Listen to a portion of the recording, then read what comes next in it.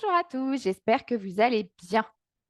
Alors, cette semaine, on reste sur la gestion des émotions et on s'attaque à la quête du bonheur.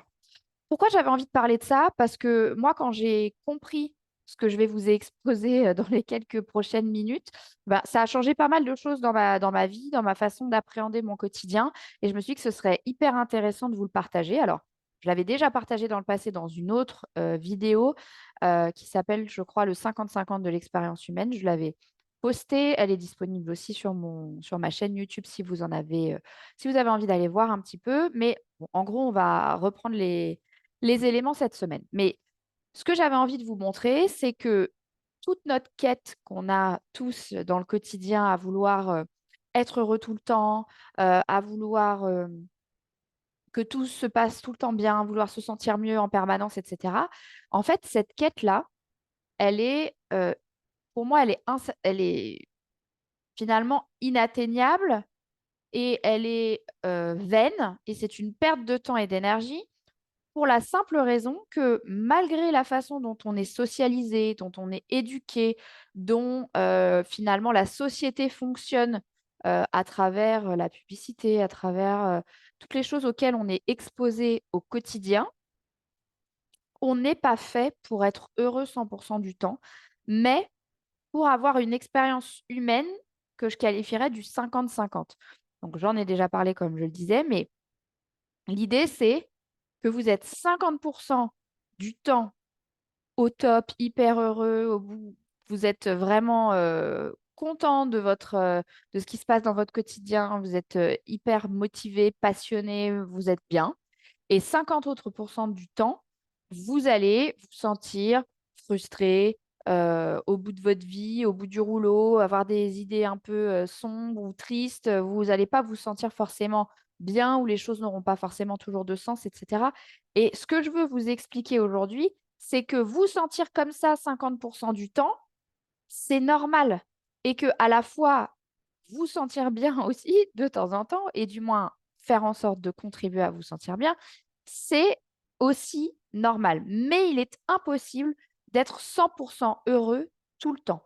Et on n'est pas fait pour être heureux tout le temps. Le contraste est hyper, hyper important. On a besoin des 50% négatifs pour apprécier les 50% positifs. C'est-à-dire que vous avez besoin à un moment donné d'être triste pour pouvoir finalement ressentir de la joie et l'apprécier.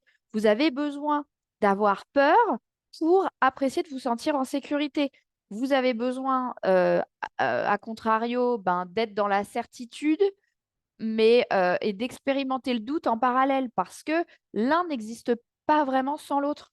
Voilà, la sérénité versus le stress, l'inquiétude, etc. Les deux aspects des émotions, un peu comme les deux faces d'une même pièce, sont nécessaires au fonctionnement de l'être humain et vont avec notre expérience humaine et toute la palette des émotions doit être finalement expérimentée dans notre vie pour que, tout simplement bah, qu'on puisse se développer, comprendre des choses, apprécier le positif quand on est dans une période un peu plus difficile. Et donc, moi, ce que j'avais envie de vous expliquer, c'est qu'effectivement, il y a ce côté très dans la société, dans notre environnement, de il faut être heureux tout le temps. Moi, ce que je vous explique, c'est que non, c'est pas nécessaire d'être heureux tout le temps et surtout, c'est pas possible. Et puis, enfin, franchement, vous et moi, on a une vie à peu près normale, je pense. Euh, enfin, vous n'êtes pas heureux tout le temps. Et je pense que si vous regardez le travail que je propose, c'est que vous n'êtes pas heureux tout le temps. Mais ce que je veux vous faire comprendre, c'est que c'est normal. Et puis, on n'a pas besoin de changer qui on est pour être heureux. Il n'y a rien qui cloche chez nous si on n'est pas heureux tout le temps.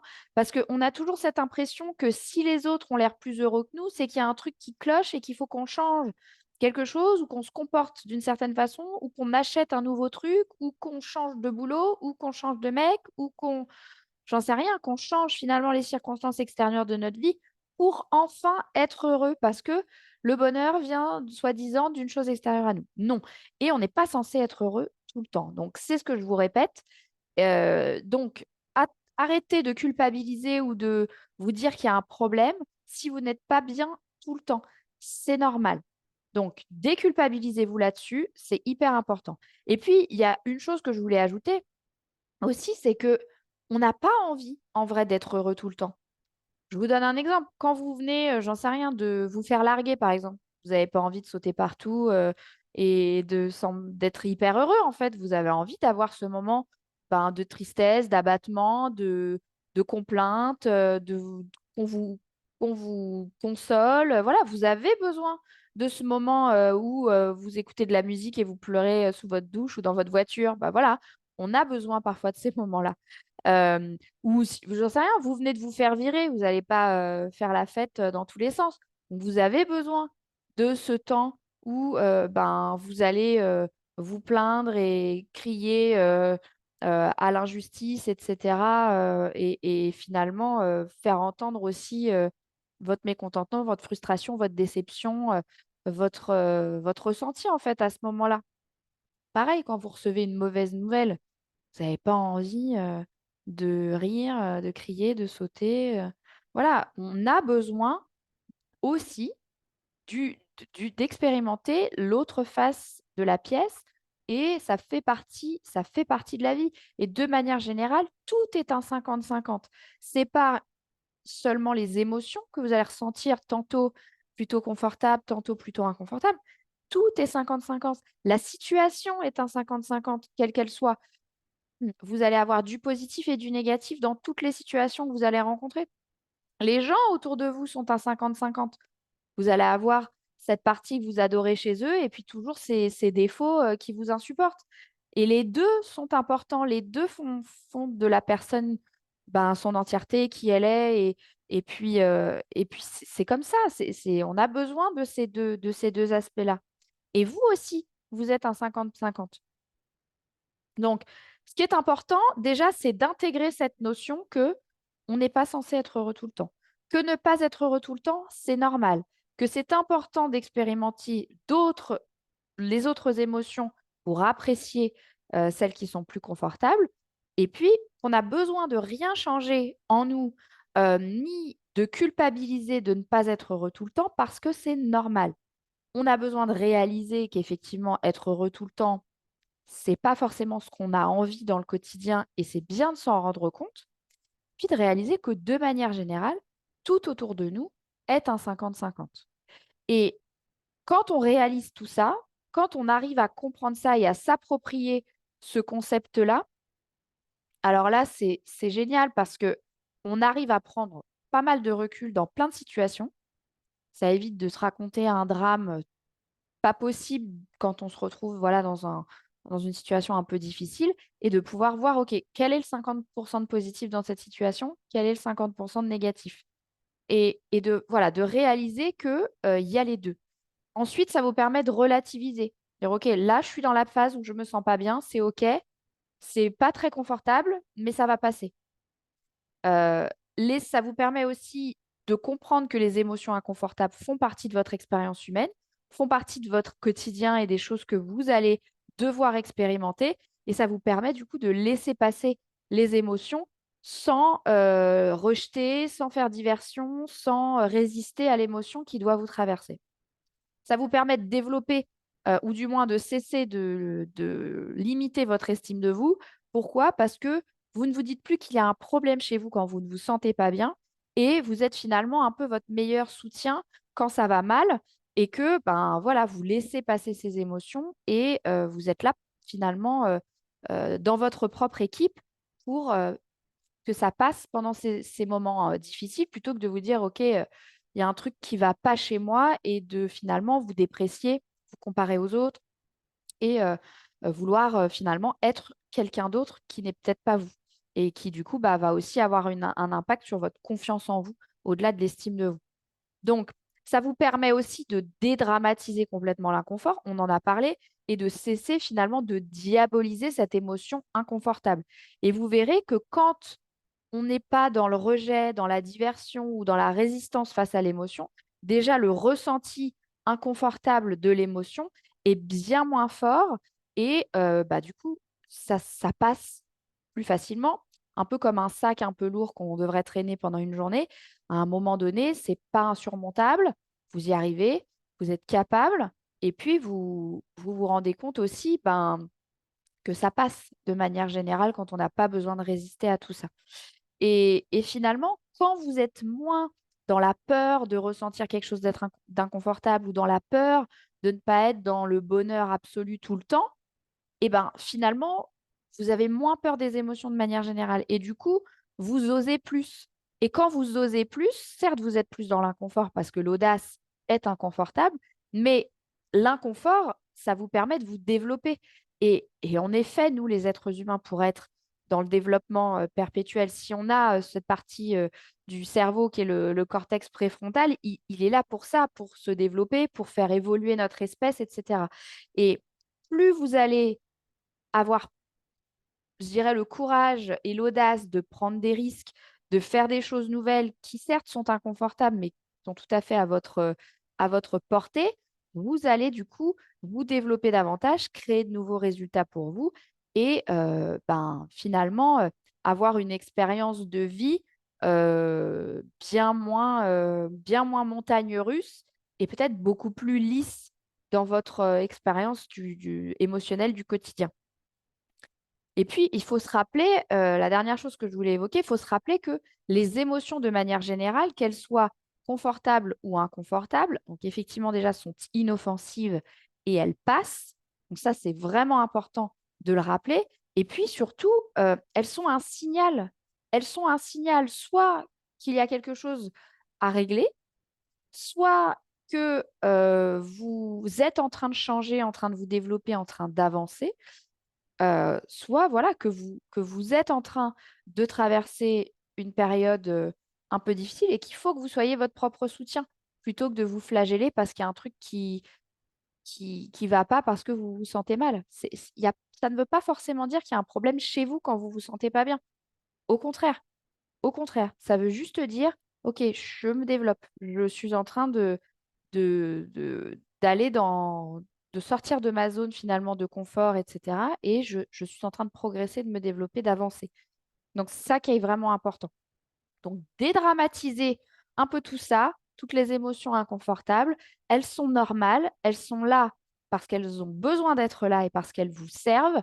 Et pas besoin de courir et de perdre votre énergie euh, à chercher à être heureux tout le temps. Acceptez ce 50-50 et ça vous rendra un service dans le quotidien immense.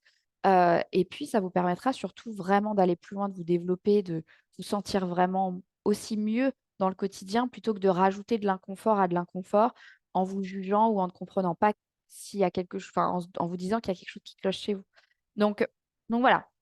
Donc, moi, je suis Marie Le Gall, je suis coach de vie certifiée. C'est mon travail de vous aider à vous approprier finalement tous ces concepts, à trouver comment finalement adopter les émotions et toute la palette des émotions que vous pouvez ressentir, de savoir les gérer et in fine, de vous permettre, malgré l'inconfort, de continuer à fonctionner et d'aller vers les résultats que vous avez envie de créer dans votre vie ou le sens que vous avez envie de donner aux choses ou de retrouver aussi peut-être un peu plus le contrôle sur ce qui se passe à l'intérieur de vous. Et ça, moi, c'est mon travail de vous accompagner à faire ça et de passer de je comprends intellectuellement le concept qu'elle m'expose à je l'applique concrètement dans ma vie et ça change beaucoup de choses. Donc, si ça vous intéresse et que vous sentez que c'est un peu le bazar, un peu le fouillis dans votre quotidien, que effectivement, vous courez après un bonheur, mais que vous avez l'impression qu'il s'éloigne de plus en plus vous courez et vous vous fatiguez et vous pétalez dans la semoule et vous voyez que les choses n'avancent pas et que vous vous sentez de moins en moins bien sans comprendre, etc. Je crois que c'est le moment de vous faire coacher et de vous faire accompagner. Il n'y a rien d'immuable, rien de catastrophique. Et moi, je peux vraiment vous aider à y voir plus clair et à reprendre un petit peu possession de tout ça dans votre vie de tous les jours.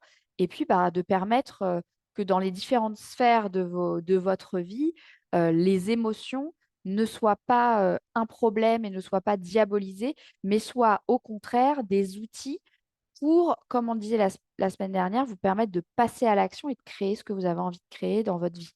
Donc, si vous souhaitez aller plus loin et me contacter, c'est hyper simple. Vous me rejoignez sur mon site. Le lien sera dans les commentaires et vous vous rendez sur l'onglet Travailler avec moi. Alors, vous verrez, il y a aussi tout plein d'informations sur l'accompagnement que je propose. Il y a des témoignages, il y a aussi plein d'articles de blog sur le site et toutes les vidéos que j'ai pu tourner. Donc, vous allez avoir déjà plein de contenus dont vous pouvez vous inspirer si vous voulez, qui est totalement gratuit. Vous pouvez aussi vous inscrire à la newsletter tout en bas vraiment de la page du site si vous voulez. Et si vous sentez que vous avez envie de le faire, mais pas forcément tout seul, faites votre demande sur l'onglet Travailler avec moi et je me charge de prendre la suite. Je vous recontacte. On fixe ensemble une séance de coaching 100% gratuite. Donc ça, c'est vraiment génial parce qu'il n'y a pas forcément besoin de faire un accompagnement très long et des fois déjà en une séance, on débloque plein de choses. Donc ne vous en privez pas. Il faut, au contraire saisir l'opportunité, d'avoir de nouveaux outils avec lesquels vous pouvez aborder, votre quotidien et vous aurez, vraiment déjà, plein de choses pour tout changer. Donc faites votre demande, je vous recontacte. Moi, j'ai hâte de vous accompagner et de vous aider. C'est effectivement mon travail, mais c'est aussi ma passion. J'adore vous aider à transformer votre quotidien et vous voir créer des résultats extraordinaires. Et c'est aussi une fierté pour moi de vous voir vous épanouir comme ça. Et j'ai envie de continuer à pouvoir avoir cet impact-là autour de moi grâce à cette activité. Et donc, je vous invite à vous lancer. Moi, ça a changé énormément de choses pour moi et je sais qu'au quotidien, j'arrive à changer pas mal de choses pour les personnes qui m'entourent aussi et surtout pour les clients et les clientes que j'accompagne. Donc, si vous sentez que ça fait écho en vous et que ça résonne et que vous êtes curieux et que vous voulez en savoir plus, faites la demande, on se lance, on discute et puis on voit ce qu'il est possible de faire pour vous. En attendant, je vous souhaite à tous une bonne fin de semaine et je vous dis à très vite. Ciao, ciao!